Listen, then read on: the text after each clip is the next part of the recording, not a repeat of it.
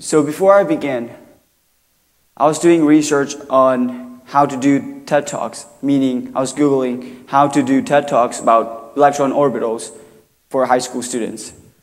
So what in the same research, I found out that the most important part of giving a TED Talk before even going up to the stage was to create a bond between the audience and me, the speaker, and break that ice between us as a speaker, as me, and then audience as you. And then along the same research, I also discovered that you can never trust an atom. Because you know, they make up everything.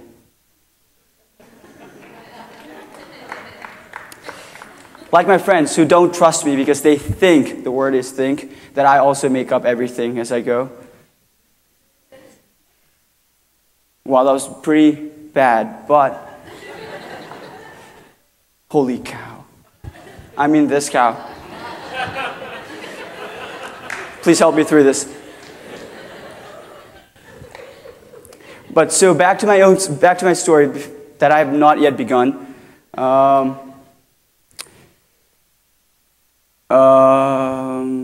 right. Should I? Oh, all right. The cow was making me just like lose my mind right now. You know what I mean? So please help me. All right. So the story goes back that everything that I've done so far, every research that I do, every lecture that I attend, everything begins with atoms, how they came about, how they originated, and yet I've not seen any other place where if you go into and learn about small scales of things, it always begins by saying, this is how atom originated, or this is the idea of atoms, and this is how we came about doing this. So I'm going to do the same thing. I'm going to say, atoms are. No, I'm not actually going to go about describing how atoms was originated, how the idea came about. Rather, I'm going to skip some years and the process and get to the point when the world actually accepts the idea that atoms are essentially everything that builds up or makes up essentially everything. And that atoms itself are something that are made up of fundamental particles like protons, neutrons, and electrons. And that the world is now working towards more fully understanding the concept that this world is essentially, like I said, is made up of atoms and fundamental particles like neutrons, protons, and electrons. And after several years, or 100 years, I don't know how many years, but in the same way, scientists have started to understand these concepts of how they behaved. So along the same way, a physicist, Niels Bohr, took a very interest in the structure of atom, especially in one of the most fundamental and unusual particle. He used the mathematical medium to describe the behavior of the electron. Niels Bohr. I don't know if you know this or not, but he stated this was the structure that he stated. He proposed this idea that negative charge was revolving around a positive nucleus. He said, even though this was flawed, people started to accept this as a fact or truth. Because if there's a positive inside, there has to be a electron, and if there's a negative electron outside, then it must be going around, but it wasn't going in perfect orbits. So comes this German physicist, Heisenberg, not the one we know from Breaking Bad. This was the Bohr's model, and Heisenberg comes in, and he says, well, electrons are not certain. He proposes the uncertainty principle, which says the momentum and the location of the electron cannot be determined at the same time. Meaning, he says, if you locate where the electron is right now, if you could locate where the electron is at its finite place, you'd lose information and you become uncertain about how fast it's moving and where it's moving. So he says, altogether, this builds up the probability cloud of electrons, where electrons are not a particle right now, but it's something that or it shows that where it could be. He just described the wave or probability cloud of things. Electrons could be here, here, here, here, but we don't know. And if we try to measure one, we lose the other information. And that's how we came about building this theory of quantum mechanics. And along the same series of things, and looking at the behavior of this unusual fundamental particles, and which is the most important particles in bonding and creating bonds, many experiments were done. And one of the main experiments was the double slit experiment. As many experiments were done, the crazier it became. The particle that we know, the negative charge particle that we know, after this experiment acted as a wave. It acted as a particle and a wave at the same time. And this theory that we already know of electrons orbiting a positive nucleus and Heisenberg's probability cloud only shows locations.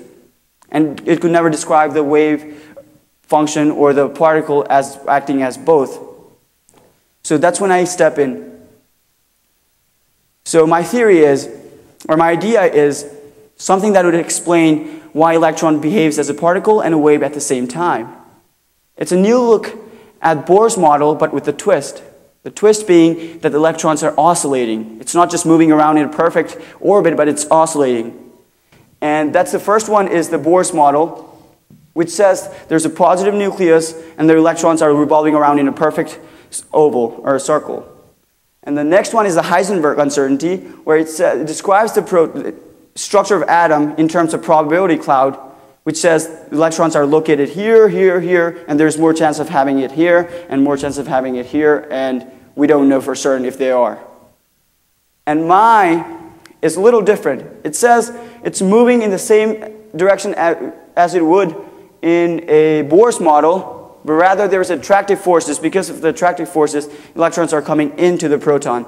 So as they come in, because they're so far away from the proton itself, that as they come in, there's going to be a distance, or there's going to be a point when the repulsive forces, because you have to take into account for the repulsive forces between the electron themselves.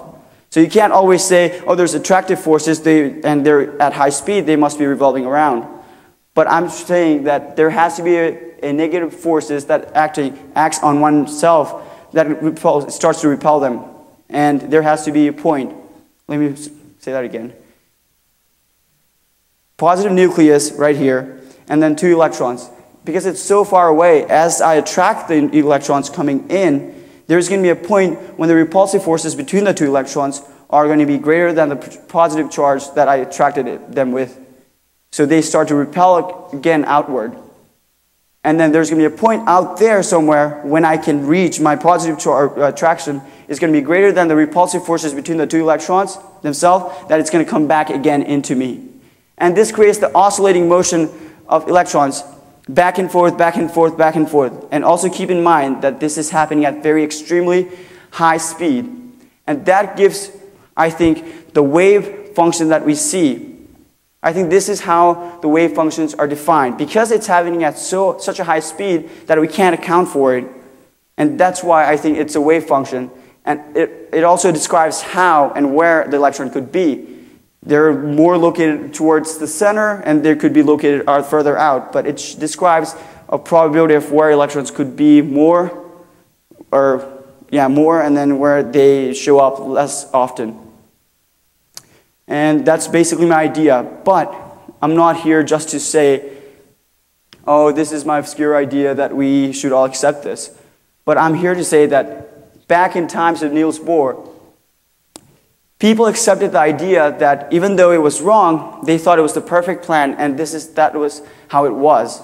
And Heisenberg came along, and he gave the cloud model of the electrons, probability model of the electrons, and he said, this is how it is. And the well-accepted theory is the Heisenberg one that we use now. But I'm here not just to share information here, but I'm trying to say that nothing is right. They're not right either. We don't know for certain which one is right. And that's why I'm here. I'm saying, and that's the most important part of it all, that nothing is right. Because it gives them a chance, and it makes you realize that nothing is absolute. Nothing is an absolute truth. And that's why I'm here. I'm here to remind you that nothing is an absolute truth. I'm here to remind you that you should be an individual person taking charge of your own thoughts, your own mind, and being creative and thoughtful. You should be questionable. I don't know if this is right, but I know that this is the way I look at it. And this is a new idea that we all need to evolve in. This is not an absolute truth. We don't know for certain which one is right. But I know for certain that these ideas are going to connect the grand scale of our universe to the tiny particles that make us all. Thank you.